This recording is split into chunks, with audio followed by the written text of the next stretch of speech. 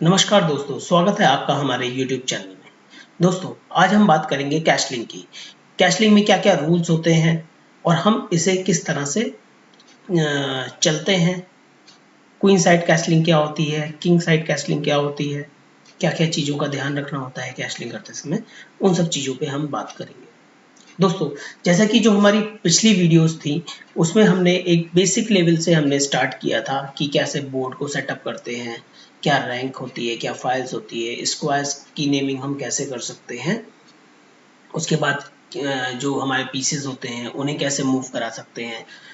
उसके बाद जो है हम अपोनेंट के पीसेस को कैसे कैप्चर कर सकते हैं, कैसे डिफेंड अपने मोहरे को कर सकते हैं, या फिर हम जो है चेक कैसे दे सकते हैं, या फिर हम मेट कैसे कर सकते हैं, उस बारे में हमने आपको बताया। तो जिन लोगों ने हमारी पिछली वीडियोस नहीं देखी है तो हम उसका लिंक जो है डिस्क्रिप्शन बॉक्स में दे देंगे, प्लीज़ आप उसे ज़रूर देख लीजिएगा। और जिन लोगों ने हमारा चैनल सब्सक्राइब नहीं किया है, प्लीज़ आप उसे सब्सक्राइब कर लिए, जिससे कि जो आने वाली वीडियोस है थोड़ी सी एडवांस लेवल की होंगी, तो उसमें आपको जो है सारी अपडेट प्रॉपर मिलती रहेगी। ठीक है, तो चलिए हम स्टार्ट करते हैं कैशलिंग के बारे में। तो जैसे कि आप ये देख रहे हो कि ये हमारा किंग है और ये रुक है। जब भी किंग और रुक के बीच के स्क्वायर्स खाली होते हैं तो उस टाइम पे हम जो है कैशलिंग कर सकते हैं। उसके बाद ये अगर हम किंग साइड मतलब राइट हैंड साइड अगर हम कैशलिंग करते हैं तो वो हमारा किंग साइड कैशलिंग कहलाता है। अगर हम लेफ्ट हैंड साइड कैशलिंग करते हैं तो हमारा क्वीन साइड कैशलिंग कहलाता है। कैशलिंग के टाइम पे सबसे पहले हमें जो है किंग को मूव कराना होता है 2 स्क्वायर्स पे। जैसे ये किंग है, हम इसे 1 2 यहाँ पर मूव करा सकते हैं। जो रुक होगा वो यहाँ पर प्लेस हो जाएगा। तो ये तो होगी बात किंग साइड कैसलिंग की, इस तरह से कर सकते हैं। ठीक है, अब हम बात करते हैं क्वीन साइड कैसलिंग की। क्वीन साइड कैसलिंग में क्या होता है, इसमें भी राजा जो होता है, हमारा किंग जो होता है, उसे 1 2 स्क्वायर मूव कराना होता है और जो रुक होता है वो राजा के जस्ट बगल वाले स्क्वायर पे प्लेस हो जाता है।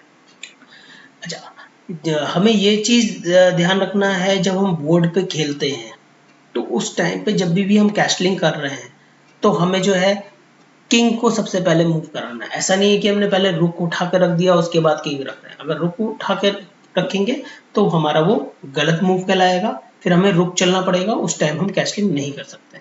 तो हमें यही ध्यान रखना है कि हमें जब भी कैशलिंग करनी है तो किंग को उठाना है, उसके स्क्वायर पर रखना है, फिर हमें जो है रुक को उठा के उसके स्क्वायर पर रखना है। तो क्वीन साइड कैशलिंग के लिए हम अब दूसरे रूल की बात कर लेते हैं। जब भी हमारा जो है किंग और रुक के बीच में कोई भी हमारा अगर पीस होता है तो उस टाइम हम कैशलिंग नहीं कर सकते हैं। अगर कैशलिंग करना है तो सबसे पहले हमें जो है उस पीस को उस रास्ते से हटाना होगा, उसके बाद ही हम उसको कैशलिंग के लिए मूव करा सकते हैं। तो जैसे कि हमारा ये नाइट है, नाइट को सबसे पहले हम इस स्क्वायर पे हटाएंगे। अब जो है दोनों स्क्वायर पे कोई पीस नहीं है, इस टाइम जो है हम इस तरह से कैशलिंग कर सकते हैं। अब जो है इस सिचुएशन में क्या है, किंग और रुक दोनों के बीच में हमारे जो है पीसेस है, तो सबसे पहले हम इन दोनों को पीसेस को हटाएंगे, उसके बाद ही जो है हमारी जो है कैशलिंग हो सकती है। सबसे पहले मैंने नाइट को हटाया, नाइट को हटाने के बाद हमने पॉन आगे पुश करा, उसके बाद अपना बिशप हटाया, बिशप हटाने के बाद अब जो है इस तरह से हम कैशलिंग किंग साइड कर सकते हैं। अब जो है इधर हमें क्वीन साइड कैशलिंग करना है तो क्वीन साइड में 1 2 3 पीसेस आ रहे हैं, तो सब वन बाय वन हमें इन पीसेस को हटाना होगा, उसके बाद ही हम जो है क्वीन साइड कैशलिंग कर सकते हैं। जैसे नाइट यहाँ रख दिया, उसका पॉन पुश करके हमने बिशप हटाया, उसके बाद ये पॉन पुश करके क्वीन हटाई। अब इस साइड जो है हम कैशलिंग कर सकते हैं। 1 2 स्क्वायर मूव होगा किंग और जो है रुक इधर आ जाएगा। अब इस सिचुएशन में क्या है कि हमारा जो किंग साइड है उसका जो है रुक ऑलरेडी मूव हो चुका है, तो इस केस में हम कभी भी किंग साइड कैशलिंग नहीं कर पाएंगे। इस केस में हम केवल क्वीन साइड ही कैशलिंग कर पाएंगे। तो अगर क्वीन साइड कैशलिंग करनी है तो किंग को 1 2 स्क्वायर मूव कराना होगा और रुक इधर आ जाएगा इस तरह से। अब हम बात करते हैं इस सिचुएशन में। इस सिचुएशन में क्या है, अपोनेंट का जो बिशप है वो हमारे किंग और रुक के बीच में आ रहा है, तो इस केस में भी जो है हम कैशलिंग नहीं कर पाएंगे। सबसे पहले क्या होगा, हमें अपोनेंट के जो रुक बीच में आ रहा है उसका रास्ता ब्लॉक करना होगा, उसके बाद ही हम कर सकते हैं। तो हम पॉन पुश करेंगे।